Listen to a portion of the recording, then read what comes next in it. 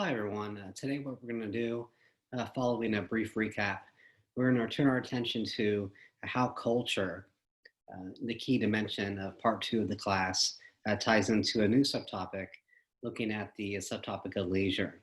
So basically, we'll be looking at culture as that social force and how it connects to our subtopic of leisure. And then at the end of the lecture today, I'll get into in-class assignment three and kind of talk about exactly what I'm asking you to do. So, what we'll do to start things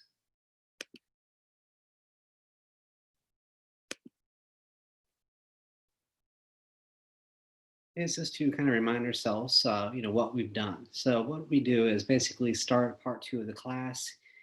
A little bit of discussion about what culture is, what it does, as a social force, and then we tied it into our first subtopic, the subtopic of the social construction of reality. And again, when we say the social construction of reality, basically we're trying to capture the process by which people create the social world. Our realities don't come out of thin air. They're not natural by any means. Our realities are socially created by people interacting with one another. And so we said there's a strong connection between culture and the social construction of reality. Because culture basically, creates a lot of your realities because it provides you values, provides you language, it provides you, all of these different things that, really shape kind of how we live our lives, on a day-to-day basis. So, kind of recognizing that strong connection, we also said that when people share a culture, you make reality functional.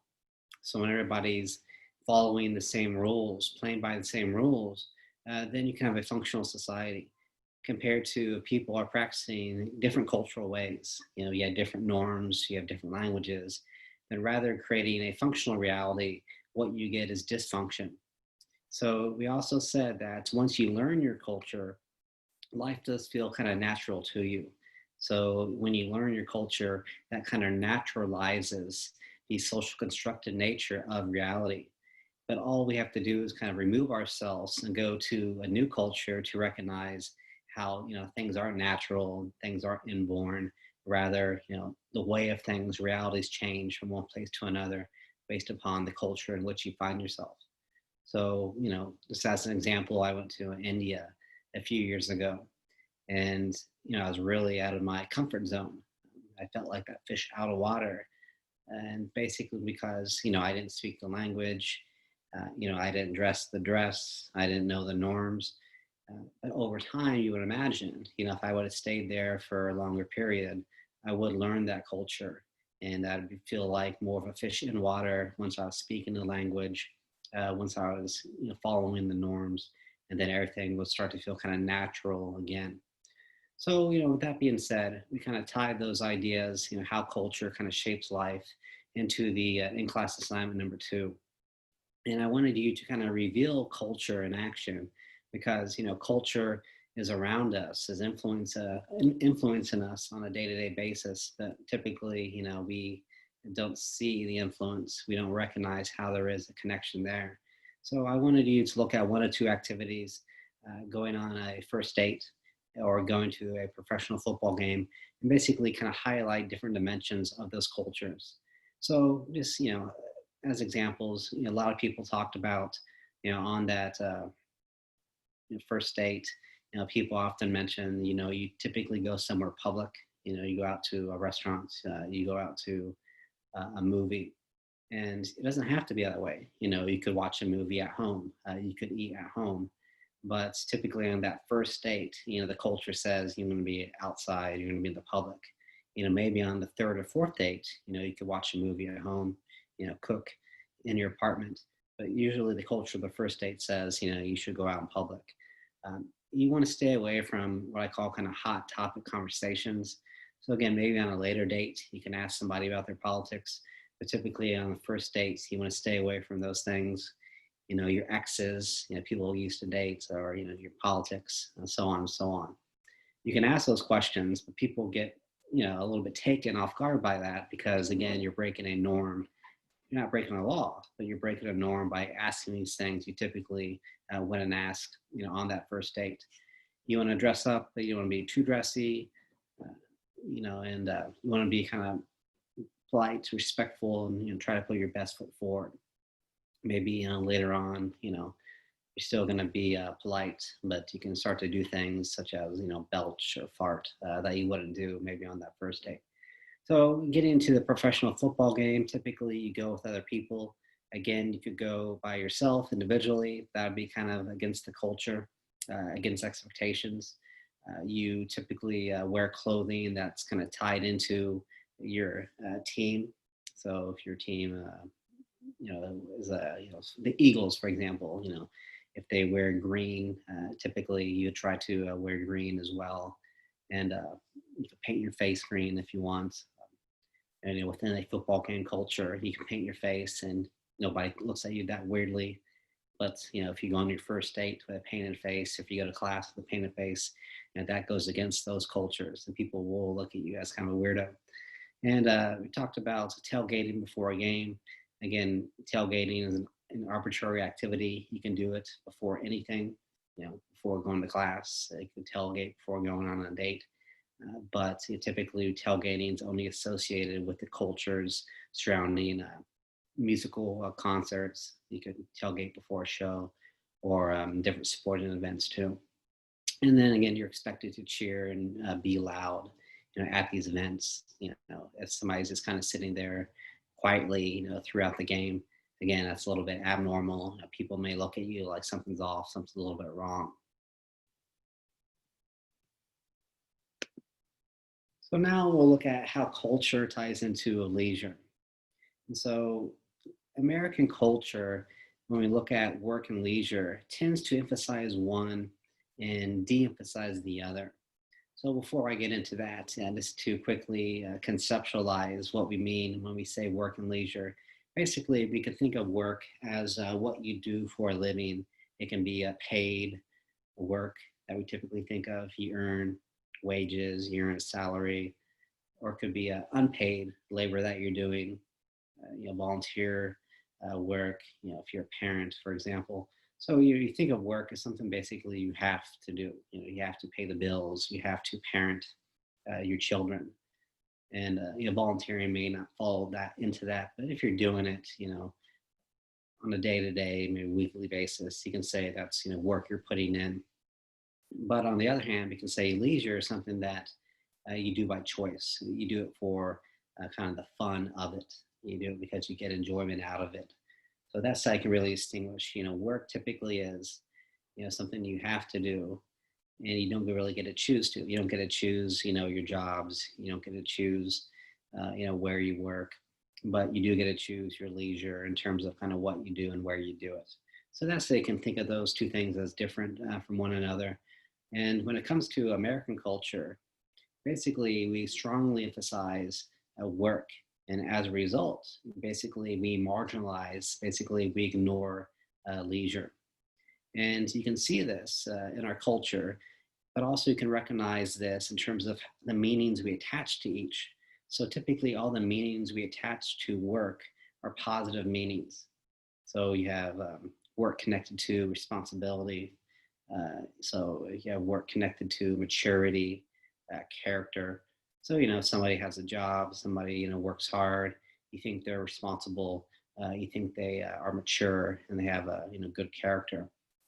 On the other hand, you can look at the meanings that we associate with leisure. Typically, the meanings are somebody's at leisure, they're, unmotivated, they, lack maturity, they could be seen as lazy or a bum. So, just by kind of recognizing those meanings we attach to both work and leisure in our culture, you can recognize how one is elevated to a higher position compared to the other. And the other, leisure, typically is kind of pushed aside, marginalized, while work is kind of pushed to the forefront and really highlighted as important. So we can say that, people, we don't want to come across as people don't like leisure. But sometimes we do kind of feel guilty, when we're not working. Sometimes, we feel guilty when we're at leisure. And sometimes to minimize this guilt or to get around it, people will justify their play, their leisure, by the work that they do. So, the saying goes that, I work hard so I can play hard, or, I may play hard, but I work hard too. So it's just interesting how you have to kind of justify the play with work.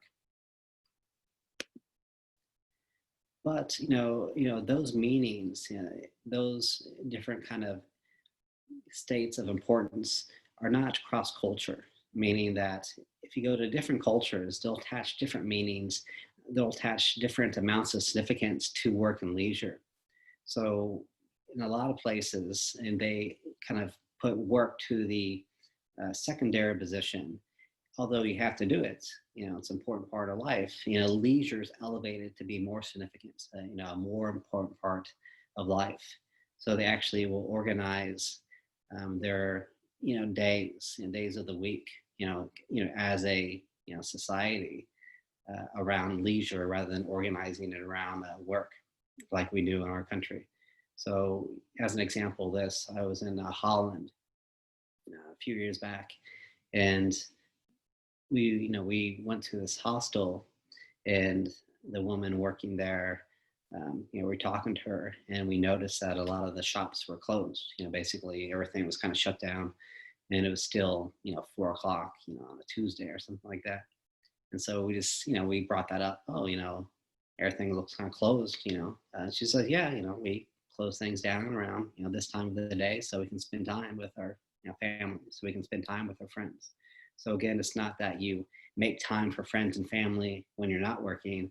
There basically is you have to, make time for your work, and you really try to emphasize the leisure activities. So if you go to different cultures, you don't have the same meanings as we do connected to work and leisure. Often they will put higher significance on leisure and lower significance on work. And we can look at our culture specifically and see how our emphasis on work and our de-emphasis on leisure is reflected both formally and informally in our society. So a formal reflection of this can be seen in time off work. So what I'll do now is pull up, this is simply a Wikipedia page that provides us a list of the minimum annual leave by country. So at minimum, how much time people get off work in each country. And you see it's an alphabetical list, and I won't go through every country. So, but anyways, what it does is kind of give you kind of row to row, different rows, the countries, and then the different columns kind of explain the leave, and it breaks down paid vacation, paid holidays, and then combining the two, total paid leave. And so again, the key part here is just kind of get a feel for, what's kind of the normal amount. And so Afghanistan, starting at the top there, they get yearly 35 days off paid. Again, just kind of jumping around. Argentina, 25 paid days off. Then the descriptions, a lot of these places you get more off. So this is at minimum 25. But if you, if you have seniority, if you're going to work for so many years, you actually get more days off compared to if you're starting off working. Australia, 30 days. Austria, 38. Belgium, 30. Brazil, again, it kind of varies. Canada, it varies by kind of location, territories up there, but 16 minimum. Other places you get the 30 days a year. China, again, it varies there. Again, it's trying to work our way down to the United States, but I'm not just trying to cherry pick different numbers. You see 20, 22, 36. So you get an idea of what people get kind of by law there. So let's jump down. Japan. Japan has a reputation of kind of being a workaholic culture, and they've actually tried to lose that reputation over the last so many years. They see, at minimum, they get 26 days off work paid. So anyways, let's jump down to the United States. And, if I had you guys in class, I would kind of stop before I get there and kind of ask you, what do you think? Kind of play the warm and cold game. Somebody would throw out a number and I'd say you're warm or you're cold. And eventually we'd work our way down to the correct number. And then we get down to the correct number, 0. So you get the trifecta, 0, 0, and 0. And again, this is basically because our government doesn't provide us pay days off work. Our government doesn't provide us any days off work, even unpaid, compared to basically every other country around the world, as you see. So we're unique. Sometimes I say, being unique is good, but sometimes being different, being unique can be bad. I think we fall into that category here. We're unique, maybe not in a good way, that we don't really recognize time off work as being something important in terms of how you build a society. So, you can still get time off work. That all depends kind of through your employer. And again, the employer time off work can be paid or unpaid. So again, to something that reflects our emphasis on work and society and our de-emphasis on leisure. An informal measure of this, we can say ideas of the good life. So when you ask people, what's your kind of ideal life you could live? We have different versions of this compared to other cultures. So when I started to study leisure, it was in grad school, and one of my professors, I started to do my thesis research with him, and I wanted to do my research on work and identity. And he asked, why do you want to focus on work? Everybody focuses on work. And I was like, I don't know, He's like, what about play and leisure? Ever thought about that? Like, not really, never thought about it in terms of an area of study or an aspect of social life, It's just work is what I've been taught since a kid. So that's what I wanted to focus on in my research. Nevertheless, so I started to really get into leisure as an area of study for the first time in grad school. And I came across this article. And the article was some research done by a social psychologist. And basically they asked adolescents, 12 to 13-year-old kids in the United States and adolescents in Holland and the Netherlands to draw. They get a piece of paper and draw their kind of ideas of the good life, what that means for them. And the Dutch adolescents drew people at leisure. Again, these are young kids, so the drawings were often stick figures and the like. But somebody petting a dog was one picture. Somebody throwing a frisbee with a friend. So the pattern that you found was the majority of the kids drew a version of the good life as a version of somebody at leisure. Compared to the United States adolescents, basically the same majority in terms of the percentage of the students, they drew people at work. So somebody was sitting behind a desk, or somebody going to work with a briefcase. And so, it's not about kind of you want to work your whole life, but it's more about the high status that we associate with work. If you have this job, if you work, that usually comes with status and money. So that kind of tied into the good life versions that you got for the American adolescents. So, here the research shows informally how you're socialized in the culture. If that culture emphasizes leisure, you're going to emphasize that personally too. But if your culture emphasizes work more so, you're going to emphasize work as well. And that came out in that research. So let me get into the co-authored piece, but also called the Parsons piece, the Parsons reading for today. And this is a conversation that we'll come back to in part 3 of the class when we look at the social psychology of leisure. But before we get to that, here we're going to use the Parsons piece to kind of understand the link between leisure and subjective well-being, and then kind of look at how different cultures are trying to focus on this link to promote kind of a higher quality of life in their society. So when looking at the reading, we can say that the link between leisure and kind of a better quality of life it's nothing new, kind of understanding that relationship. If you go back to ancient Greece, and a lot of philosophers kind of wrote about the good life as being a life of leisure. And often that's easy for them to say because they have slaves doing everything for them. But nevertheless, a lot of people kind of recognize that, work is something that you have to do to get by. But leisure is where you really get a lot of kind of high quality life moments.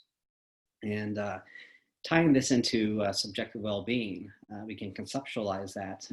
Subjective well-being is basically the personal evaluation of one's life quality. So basically, one's evaluation, one's judgment of their own kind of life, if it's good, is it not, it's somewhere in the middle. And so you can break down this well-being into two different dimensions. The first being a cognitive and the second being an affective. And the affective evaluation is about your emotional state, how you feel in terms of your emotions. Are you happy, sad, content? Cognitive is more like a life evaluation. So often the two go hand in hand. You could say on the cognitive level, I'm happy with my life. And typically, if you're happy with your life overall, your emotional state is going to match that.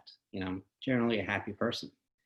But necessarily the two don't have to go hand in hand. So your emotional state could be, happy, but you could look at your life overall and say, I'm happy, more often than not, but I wish I would have made some different choices in my life, but, whatever. Or you could look at your life and say, I have a good life, but I'm not necessarily happy. Maybe I should have gone into a different career path, a certain job. So, the two typically go hand in hand, but they can be different at the same time. So when you look at the well-being, the authors talk about a temporal dimension as well, meaning it's a time factor. So you can divide well-being up into kind of short moments into an ongoing kind of permanent state. So, some people may have a little burst of sadness, but overall they're kind of happy with their lives, or, vice versa. So that's just kind of looking at what we mean when we say subjective well-being and how researchers approach it. So now we can look at this globally. As I touched on a second ago, when we look at social psychology and leisure, we're going to look at the different social psychological variables that promote high quality leisure and high quality kind of happiness. And they talk about that in the reading, but I'll save that conversation more for the next part class. Here, what I wanted to highlight is the focus on subjective well-being globally, trying to recognize how leisure does promote well-being and how different countries around the world are kind of using that research to try to promote a higher quality of life in their countries. So, these countries, the UK, Canada, New Zealand, basically look at the authors, where they're from. All those countries try to emphasize, quality of life issues, emphasize leisure. And, it's going back to my grad school. I remember when I was trying to find research, on leisure, you had to go outside the United States. Every article that I found was written in Canada, or was written in Australia, written in the Netherlands. And basically, all the research in the United States is done on work, and we kind of ignore leisure as a result. So I thought that was interesting. So anyways, going back to the countries that are promoting this, the focus in society becomes twofold. You do focus on your economy. You want those strong kind of economic measures, so the economy is flowing properly. People have work, people can pay the bills, people have consumption money. But the other kind of side of the coin basically is you focus on kind of the qualitative measures of life in terms of how you can have a higher quality of life as a whole. And since people kind of recognize how leisure promotes a higher quality of life, that's what they're trying to promote as well. And as I say here, the motivation to promote kind of leisure and higher well-being in society is plentiful. Quality leisure not only produces kind of a happier person, but quality leisure promotes stronger bonds between people. be between friends when you do quality leisure together, between family members. Uh, Leisure also promotes better work. So people are more productive at work when they're getting quality leisure outside of work. Mentally speaking, our health is much better when we have quality leisure experiences. And so again, there's many benefits to promoting leisure and promoting quality leisure in society. Economic benefits, we're better workers, but also kind of psychological and social benefits where we have a healthier psychology and we have healthier social relationships with other people as a result of positive leisure experiences. So although this is the case, although there's a lot of research that shows the benefits of leisure for society as a whole, the United States still kind of marginalizes it. The United States still tries to ignore leisure and the importance of leisure, and they do so in favor of focusing on work and stressing the importance of work. So, I always say that, work is obviously important, but we have to recognize that, when we're getting older and you start to reminisce, you start to think about, those moments of life that made life worth living. You typically don't think of your moments at work. When I think back to, the good times of my life, I don't think I ever think back at when I'm at work, when I'm on the job, somewhere. Usually those life quality moments happen when I'm with family members, when I'm with friends. And so if you ignore the time in which you make the quality life moments, then you're going to ignore basically what makes life worth living sometimes. So, those ideas in terms of kind of focusing on leisure or maybe not focusing on leisure tie into in class assignment 3. So basically I kind of talk about in the context here, how the authors talk about how leisure ties into a higher quality of life. And also they talk about how different countries are trying to focus on this connection to promote that higher quality of life in their society. So if we're in class assignment 3, basically two things I want you to get into, two things I want you to discuss. Number one, so, compared to the US, other countries do pay more attention to leisure and how that promotes a higher quality of life. How can you explain why in the United States we don't make that connection, we don't make that focus? In other words, why are we different here compared to these other countries? There's no necessarily right or wrong answer, but what's your opinion? What's your thought? Why are in the United States do we not focus on these issues? And then for number 2, kind of looking at this current pandemic and a lot of the kind of social restrictions that have been imposed on us formally, imposed on us informally, does this make us maybe appreciate our leisure more? Because, a lot of it's been taken away from us. So do you think maybe as a result of this pandemic, people will kind of realize the benefits, the virtues of leisure, and maybe carry that with them even after the pandemic is over?